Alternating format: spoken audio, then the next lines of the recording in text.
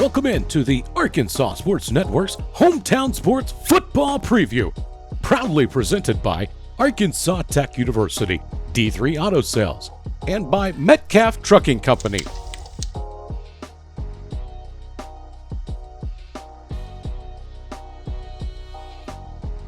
Today we sit down with the head coach of the Midland Mustangs, Tim Pugh.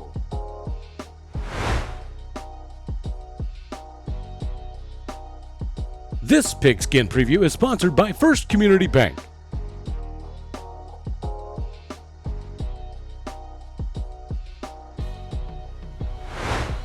Welcome back into the Hometown Sports Arkansas Football Preview, and I've got Coach TJ Pugh of Midland on with me. Coach, I do appreciate you joining me here on the Hometown Sports Football Preview. Well, we appreciate you having us and inviting us on here. Yes, sir. Well, Coach, let's talk a little bit about your team and the team that you had last year, and talk about some of the things that happened last year for the Midland Mustangs. Well, in a lot of ways, it was a rough year. We were very young. A lot of sophomores were having to play. Our quarterback was a sophomore. He played a backup role in junior high, but he's never been a starting quarterback. So that was a learning experience for him. But he's matured so much, and he's come a long ways within this year. But I knew there was going to be some growing pains with that group. That was a good sophomore class that when they were freshmen, they won the conference. They went undefeated, and I knew it was going to be rough on them as a sophomore. But they still competed. We kind of got bit by the injury bug last year, especially towards the end.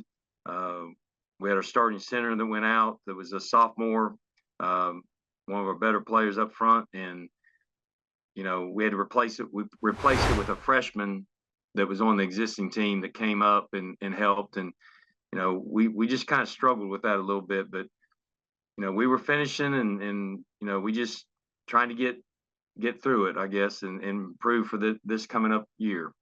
Well, Coach, you said you had a young team last year, so that can only help for this year for those kids to get experience. The growing pains that you had last year might turn into this year's successes. So let's talk a little bit about this year's team and talk about a little bit about what you got coming back. Well, we have a lot coming back. I mean, we lost some to graduation, but we've also lost a few that we're going to return, some grades, and there's a move here or there that impacted us. But we thought we were going to have 30 kids, and right now we're at 24, and I thought we were going to be about 18 to 20 if we were lucky. And we picked up a few kids just within no time. They came in, some kids that have been here, they decided to play. So right now we're at 24, which is a good thing, but we have a lot of returning guys that came back. I mean, like I said, alluded to the quarterback, Chase Rasco will be a junior. Just looking at a little bit. Braden York played in the secondary for us. Started back there. He's going to be a wing back also. So he was in that sophomore class that won. Chris Aslan, that's another sophomore. He'll be in the secondary. Alex Michael, same thing. He's a junior again. Will be the junior. He was a big impact player last year from a sophomore. Like I didn't believe with how he had grown into that position and what he had accomplished for himself. Hunter May is a senior. He'll be back. He will be playing tight end and some outside linebacker. Hunter Williford, another junior that was on that freshman team, will be playing a lot of more defense than outside linebacker for us. Landon Parks is a senior. He'll be playing up front for us. And Aiden McAdams is a fullback and linebacker for us, and he was on that freshman team. So that junior squad, that junior class is the class, and they're just going to get better. But we've got to have some guys above them and below them. I mean, it's not just about that class. I've got some seniors that are stepping up and doing their thing, and I've even got a sophomore too that's going to end up playing quite a bit. Coach, your 8-man football there at Midland, and you know, I feel like that 8-man has been a good thing for Arkansas, especially for schools like Midland to be able to still have that Friday night light type of thing. Tell us a little bit about your 8-man and how it's affected you guys. It's no doubt that right now this is what we need to be doing. I mean, when we went to it, a couple cycles ago, there was some hesitancy about it. I had hesitancy. I'll be honest with you. I've been coaching 11-man for many years, and this was new to me. And I was a little nervous about it, but I knew for the school's sake and the kids' sake, we had to do this. And I saw what was coming up and what we had that coming year. I knew we had to do it. And if we wouldn't have done it, I've got a young man on staff. He's volunteering, and he played on the first Midland team for me. And they played 11-man with 12 kids, basically. And they never missed a game. I told our kids this, and I commend them for what they did, but we had a class we were down to about that, and we played 8, and we needed that was in that COVID stuff, and it was a tough deal. And besides that stuff, but it's a blessing for us. Our kids love it. It's football to them. Our numbers are up. We made the playoffs 2 years ago, and to be honest with you, we were really disappointed that we weren't in the playoffs this past year. And so that'll be something that we're going to look forward to this coming year, hopefully. It just gives schools like Midland a chance to compete. I mean, 12 kids on an 11-man team it doesn't give you a chance to compete. It's also dangerous. No, it's like last year we only had 16 to 18 kids, but we were able to at least some of those kids play both ways. And this year we're going to have probably 4 to 5 probably going both ways. But if we have some like right now, I mean, we've got 24 out, and that sounds like, well, maybe you could play 11. Well, it just varies. And what happens is some of those kids are not ready.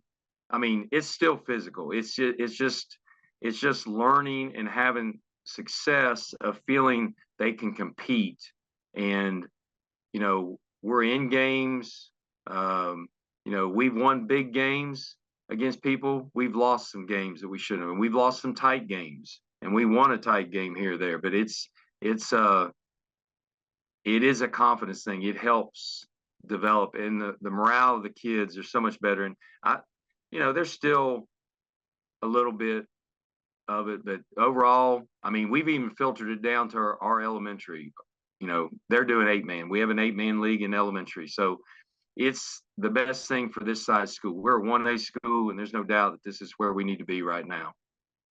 All right, so I know you've named off a bunch of kids already on your team, but let's talk a little bit about some kids that might have all-conference type of ability, maybe even all-state type of ability. Well, the all-conference is, some of those I rattled off earlier. I mean, Chase Rasco, there's no doubt that he'll be an impact if he can stay healthy, and he's stayed healthy, and he's pretty well going to stay on one side of the ball at quarterback for us, and he's improved dramatically for us. His throwing ability, we're reading things now. Last year, I just was not ready to put that much on him, and he's developing, and I think he would be in the hunt for that all conference. I think he'll be there. I think the Alex Michael, that lineman, is definitely going to be there in the hunt. We've got quite a few of them juniors that have a shot, and even Hunter May is a senior. I think he has. I mean, there's multiple ones of them, but it also boils down to the more success you have, the more you're going to get rewarded. And so we've got to have success as a team to reward these guys individually as an individual player. I mean, there's not going to be a lot of individual stuff if you're not winning. And we've seen that with us in the past. We'll pick up a few here or there, and it's kids that deserve it, but you win more, you're going to get more recognition. People are going to take notice of you. And so that's what we're really stressing. All state, if we do well, as a team, there's a pretty good chance that a couple of those kids I named earlier, you're going to see they're going to have an opportunity to get selected as All-State. But we've got to win as a team. So let's talk about the offense and defense that you guys run. I mean, what does it look like for you guys? I know it's a little bit different. Are you more of a ground and pound type of team, or y'all air it out a little bit? What's your Yeah, situation there?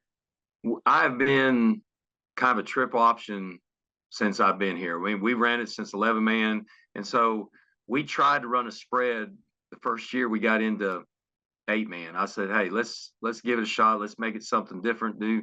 And we came back to some of our old stuff. And offensively for the 8 man, it's not as difficult to run what you feel like you have the strength. I don't see that as a problem. I mean, we can still run the option. We can still run our base plays that we want to run out of it. We are short of back. We miss those receivers out there, but our what we call tight ends, to be honest with you, are like glorified tackles. They're like the 5 linemen up there. So we have a tight set with we're understanding now. We did get in the gun last year, and we will do that some to change it up a little bit. But we are going to run it, and then we take our shots off that, and just like we did when we were in 11 man, we ran the flex bone. People call it the flex bone. Well, we're missing half that bone. That we have a. I guess you want to say we're in a wing set. To the right or left most of the time. So that's really where we're at offensively. Defensively, that's been the biggest adjustment I think for myself and even defending things. I mean, I hear it all the time from coaches. You feel like there's a hole somewhere, and we've messed with all kinds of fronts and looks and bases, and so we're kind of trying to fill that out a little bit still. I mean, we're going to give some form of a zone coverage if we can. Most people play man, but I just don't feel real comfortable with sometimes playing man out in the middle of the field. We're not sometimes as athletic as some people are, but just like normal, tighter it gets, short yardage, we're going to get in man coverage and try to play some man, but we may do some multiple fronts. That could be a 3 front, 4 front. We've even run a 2 front based on what they're doing, and we've had success with it. Kind of looks kind of crazy, but it's really doable. I like to keep things as simple, or not simple, but as similar to the 11 man concepts. We used to be a 4-2, 4-4 look. We used to be I ran a 3-3 stack before, and so we just try to get something close to that, and so that's really what I'm always looking for that, and it's kind of a tweak you're always trying to figure out how to defend something. I keep on seeing a gap somewhere, a hole somewhere, and I'm like, how do you fix that? If we had 9 guys on the field, I think that hole would be filled personally. Right. Just like 11 man, if that 8 for some reason it balances all out, and it's just kind of difficult. I think it's difficult. Yeah. Well, you just got to go with the hand that's dealt. I mean, that's right, and we've got something going right now that I think that I'm really looking into. We've kind of tweaked a little bit of some of the stuff we've been doing, and it's kind of a combination of all that I just explained. But I'm kind of excited about it. Matter of fact, we spent some time today on it heavily, and we're learning. Yeah, well, there you go. Tell us a little bit about your schedule here. I know that there's been a lot of teams that have kind of jumped out of 8 man this cycle here. Tell us a little bit about your schedule. Talk about your conference and just anything else. Before I get into that, I know I'm leaving a couple people off, and I'm trying not to. We had a pretty good summer, but we also did a little spring, and I've got a boy that moved in that when I saw him do some agility drills in the spring, and before we put on pads, I was like, he's going to be an impact player. He's going to help us. Jace Adams is his name. Families are involved heavily. They've moved here out of Texas. They're really good people, and he's a good kid, and he's going to help us in the running game and defensively. I think he'll help us at outside linebacker. But I've got a couple kids that did in the summer that improved. That I've got one boy that's never played before football in his life, and he came out in the spring, and I was like, I just don't know if he's going to make it. And Josh Biggs, I mean, he's got a lot of growing to do, but he's been in the weight room. He is trying offensively to earn that spot, and he's getting better daily. And then I've got another boy, James Yates, that played some last year, didn't play a lot, but this past spring started working at tight end a little bit. Is doing a good job on his blocking and just really trying to. He'll be a senior and he's trying to fit in. So I just wanted to kind of throw them. I got a sophomore too. Aaron Bozeman is going to come out there, and then of course that one freshman that came up, Pierce Barnhouse. Those guys are definitely going to help us. So I apologize. I know I'm rattling off names, but those guys are going to be important. The more depth you have, the more that you can. Like today, we ran offense, and we ran two different offenses against. We've never been able to do that. We ran two offenses against the 8 defensive guys that were on us other side of the ball, and so that's 24 kids right there that we've never done that, and we got a lot of reps in with 2 different groups. That's so great. awesome. I'm sorry to get off track, but back to the schedule. Is that what you're asking? Yes. Yeah, it's changed a little bit. Brinkley went out. ICC, went out. Those were very competitive teams that they were difficult for. I mean, we competed with them, but they had the upper hand most time. That junior high year, we beat all of them, and they were solid. And in varsity, we've kind of struggled with those. We may be in a game for a while, and then we just fell apart. Something happened, and we just kind of lost it. But Rector, of course, is going to be probably the top one up there. I think it's going to be one of the top ones in the conference. They've won it. I mean, they're just solid.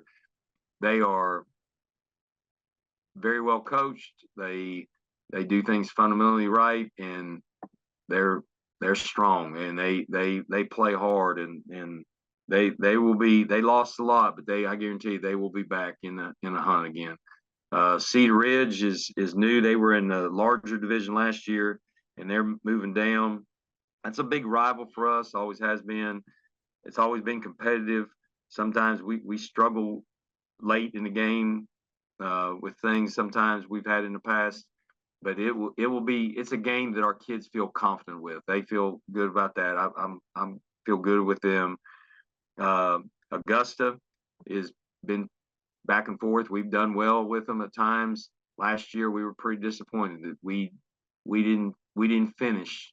That was my big thing. I thought we just didn't do things right with them as well. But they're improving. They're struggling trying to get those numbers. I haven't checked to see how their numbers are right now, but they've got skilled kids. They've got some athletes that can go over there. The 2 new schools, Guy Perkins has been involved in 8-man for a year. And then Southside B Branch is new. They've got a coach that came from Bologna, so I know he's going to develop that program over there. But we will be competitive. We've got to get in this thing, in this hunt, and so I think we've got a group that's kind of buying into it, and I feel like we're going to make a run as best we can. I mean, we got some schools there that we're going to have a tall task to get a hold of, but we'll go compete with them. All right. So, final question here. It will be a successful season at Midland if. Really, the biggest thing is we've got to get better every day, and then we've got to get back in the playoffs. It will be a good season, and we've got to get back in the playoffs. And probably be a great season. We got to win that playoff game. We haven't done that. 2 years ago, we went down there and played Mountain Pine, and we snuck in there and got in it, went down there and played them, and they were really good. We kind of got our eyes kind of got opened in that 8-man. They were, but those juniors that I'm talking about right now, they were freshmen, and those freshmen were on that field in that playoff game, and their eyes got a little open, but their off season, they had a great year, their sophomore year of off season and stuff. So they got a taste of it, and that's really what I was after. I was like, they were good enough to kind of help contribute, and they struggled with some things, but it was a good thing. They at least saw what that's like, that environment.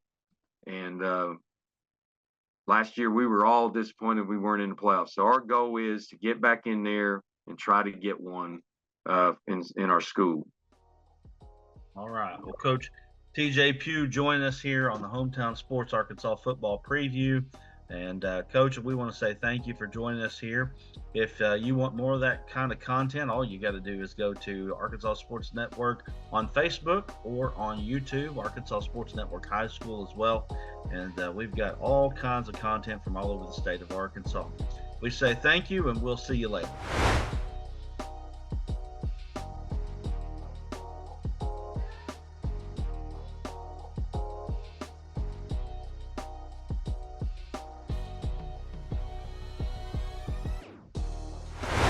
Thanks again for joining us on the Arkansas Sports Network's Hometown Sports Football Preview. Don't forget to like and subscribe to the Arkansas Sports Network on YouTube to catch more previews and all the latest updates on your favorite teams.